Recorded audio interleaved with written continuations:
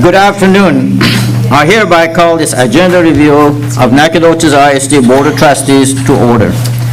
Let the record show that a quorum is present and notice of this meeting was posted as required by Texas Open Meeting Act.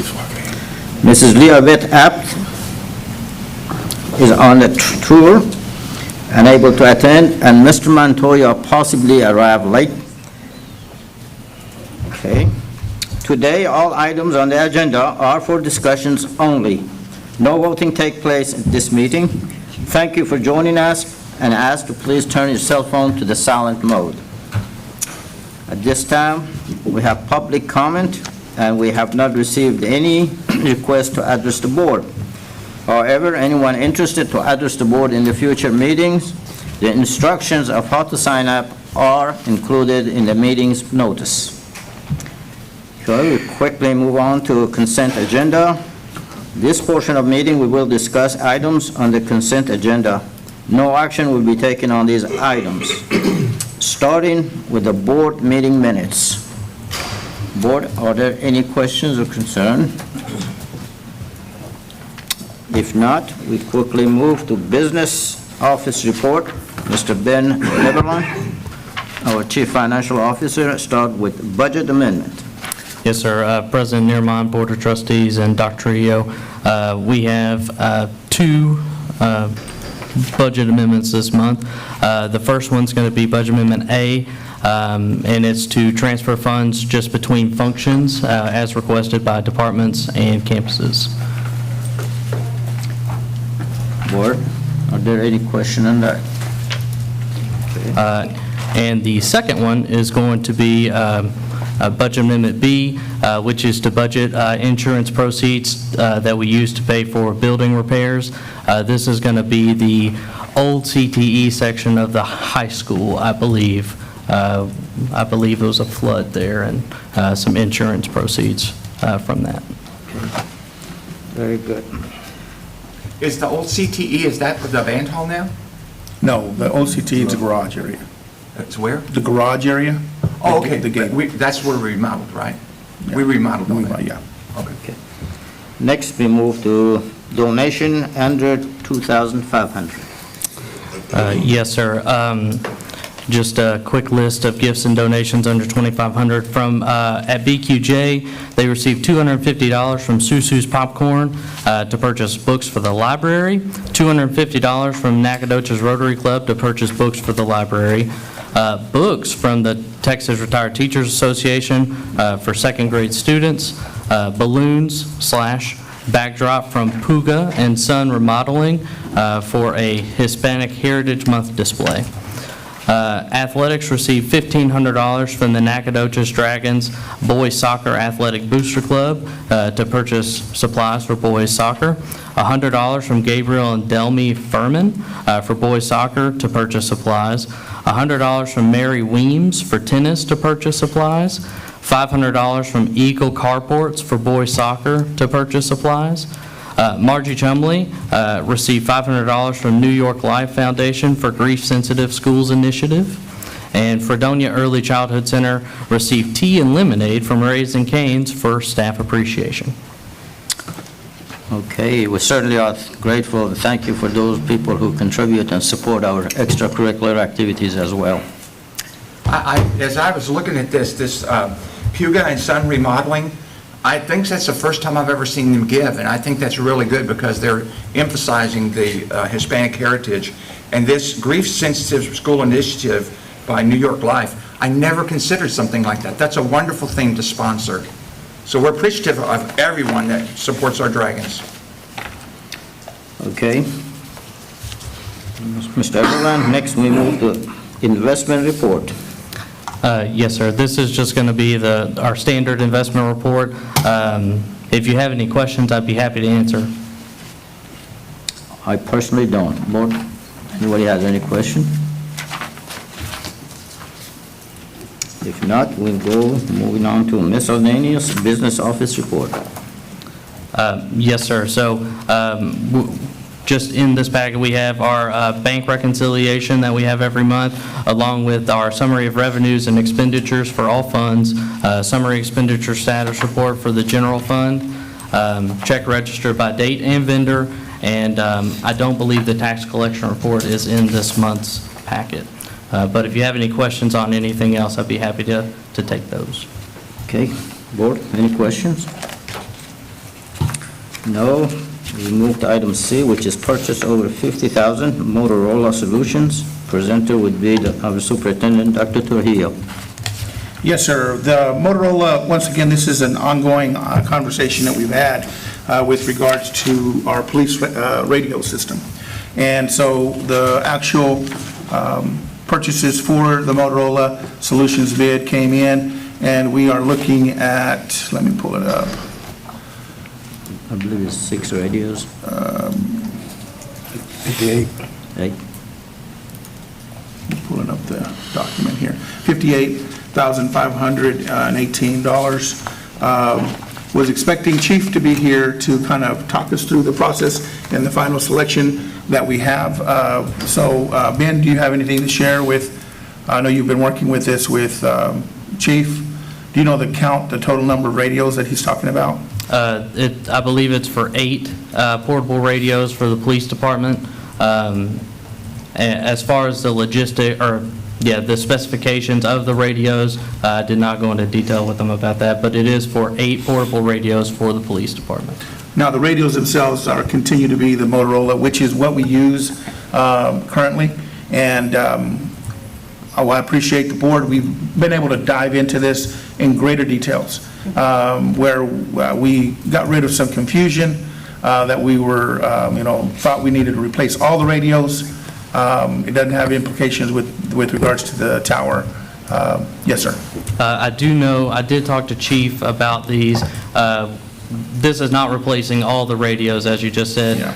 And in the future, if as needed, we'll phase in newer radios as it goes. That way we don't have this huge turnover all at once. So we're purchasing 8 now, and I believe he has 13 officers. Yeah. So as needed, we'll phase in the remaining as we go. Okay, my curiosity is there any warranty on those? I don't know. Absolutely. Yeah. Remember when we had the presentation that came in and spoke with us, they will warranty the radios. Now, remember, new technology comes in, and so as the new technology come in, they will adapt the radios to meet the needs that we have. However, what was the life cycle, if I recall, was our radios are about 15 years old, and they're still functioning. And that's what's exciting, is that we're not getting into a practice of using an instrument that will be degraded in a year or 2 years. And one thing for sure, we do have to have a process of matriculating new radios, rather than coming to the board and buying a whole new set of radios that has budget implications that can be severe to our budget. So, Again, curiosity. Let's say the campus principals, they have walkie-talkie to a radio. Are they able to communicate as well? no, sir. These are police Only. system radios. I understand, only, yeah. but if a principal needs a help, they're able to reach them? They'll have a radio system that's separate than this one radio. Okay. These radios will communicate through SFA, our county, sheriff's department, police department. It's strictly FCC regulated based on what the police department does, but we would be able to communicate with campus administration with another system over the radio. My curiosity was, is there a channel that you flip? No, Okay. not.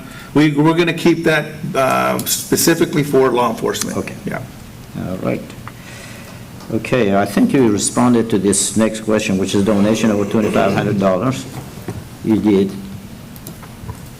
We did under 2,500, yes, sir. Yes. So our gifts and donations over 2,500.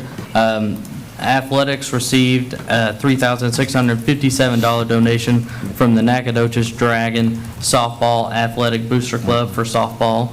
And BQJ received a metal carport awning for Dolph Street side door from New Vision Carports and Metal Buildings to help shield their car riders from the elements. Okay. I wanted to say thank you to New Vision Carports, Metal Buildings, whoever the owners are, because this keeps our teachers and our students from getting sick. And it's safer for them going in and out, being protected from the elements. So that's another thing. It just, people are doing things that are so wonderful for our dragons. We're always grateful for their help. Okay, next would be 2025-2026 Nacogdoches High School Course Guide and new courses offered. Presenter would be Dr. Hill, Assistant Superintendent. Good afternoon, President Nurman, Board of Trustees, Superintendent Trujillo. I want to say, first of all, thank you to Ms. Bray, Mr. Croft, and Mr. Lucina, who have worked tirelessly on putting together the 25-26 course guide that you have in front of you, beginning on page 60. Our new courses begin on page 162. I will let you know that I'll be making a slight change, and adding some additional courses to our new course list that's found on page 162. While we currently offer the on-level courses, we are expanding our partnership with Lamar State College and offering some additional dual credit courses beginning this next year. Those courses that you don't see but you will see on Thursday night are real estate, construction, health sciences, and emergency medical technician. And those dual credit courses would be taught at high school, correct? They will be taught at the high school, yes, sir. Right now, we are working with them to certify some of our existing staff. There are certain criteria and certifications that they have to have, and so we're working with them to establish that currently. That was my next question. Thank you. You're welcome. President Fashid, if you'd allow me, Dr. Hill, I'm going to ask Mr. Lucina to step up, because there's some work that you've been doing that draws attention to this. It's not as simple as just saying a dual credit. These are courses sometimes that we have been offering.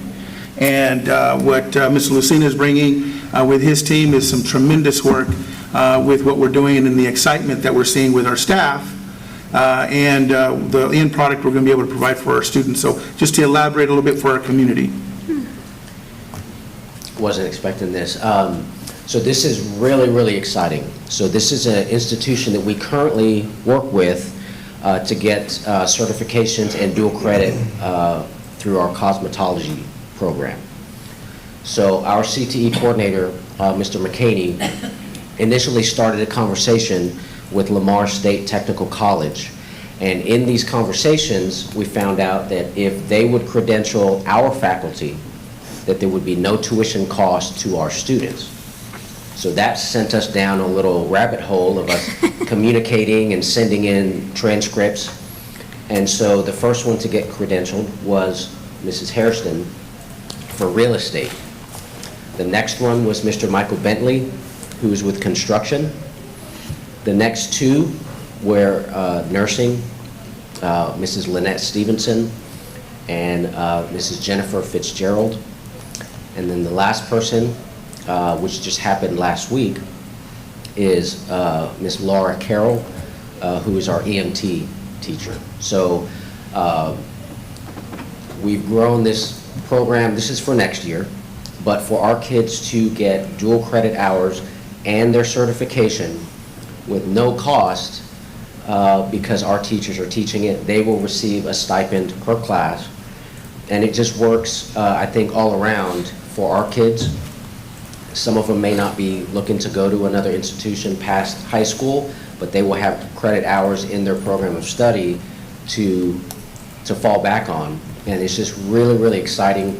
You know, there are other institutions that we pay that we don't get any college credit for. We're just using them for certification.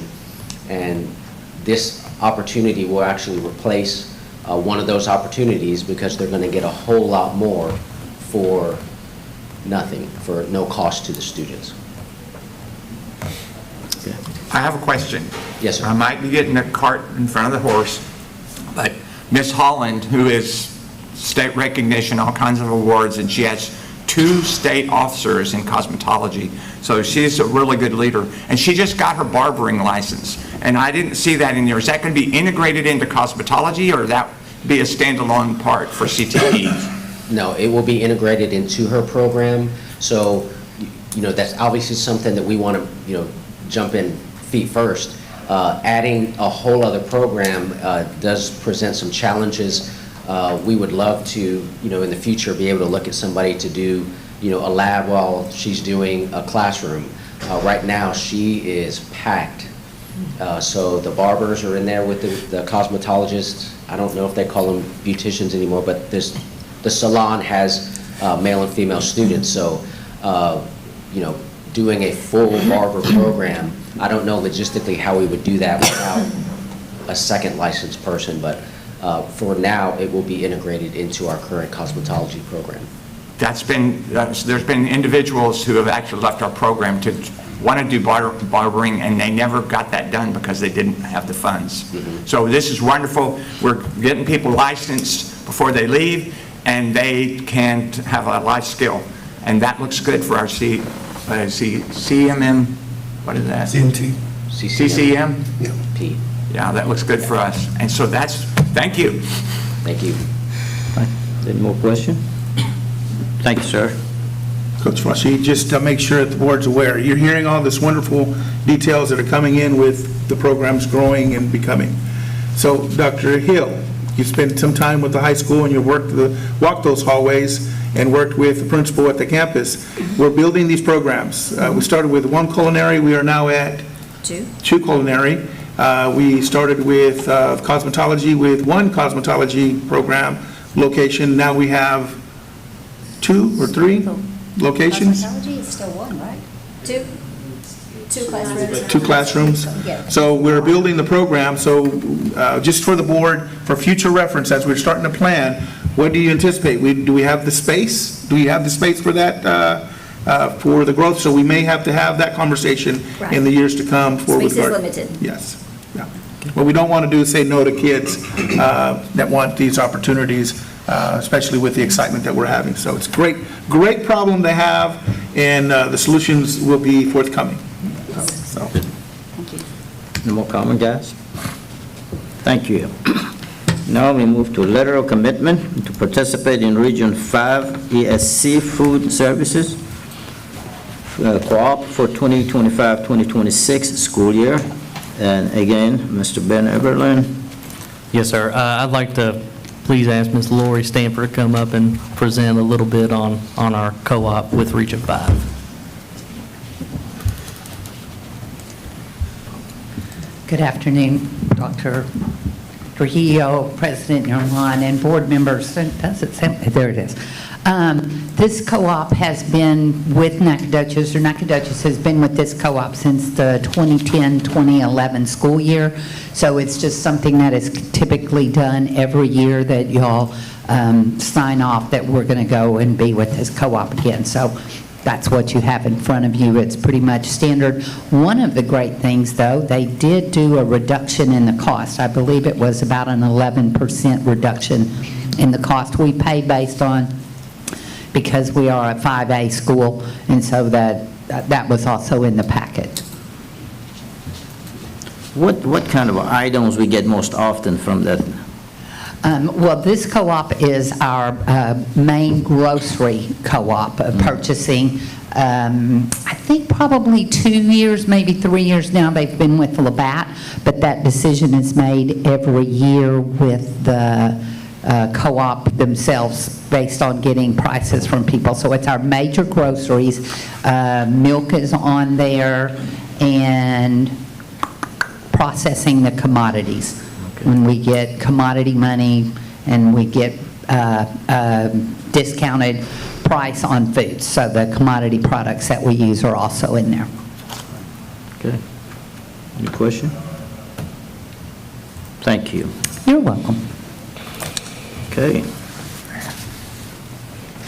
Board, technically we go to executive close. Do we need to go today? If we don't, I ask for a motion to adjourn. I move that we adjourn. Second. All in favor indicate saying aye. Aye. Opposed, same sign. We adjourn. How many?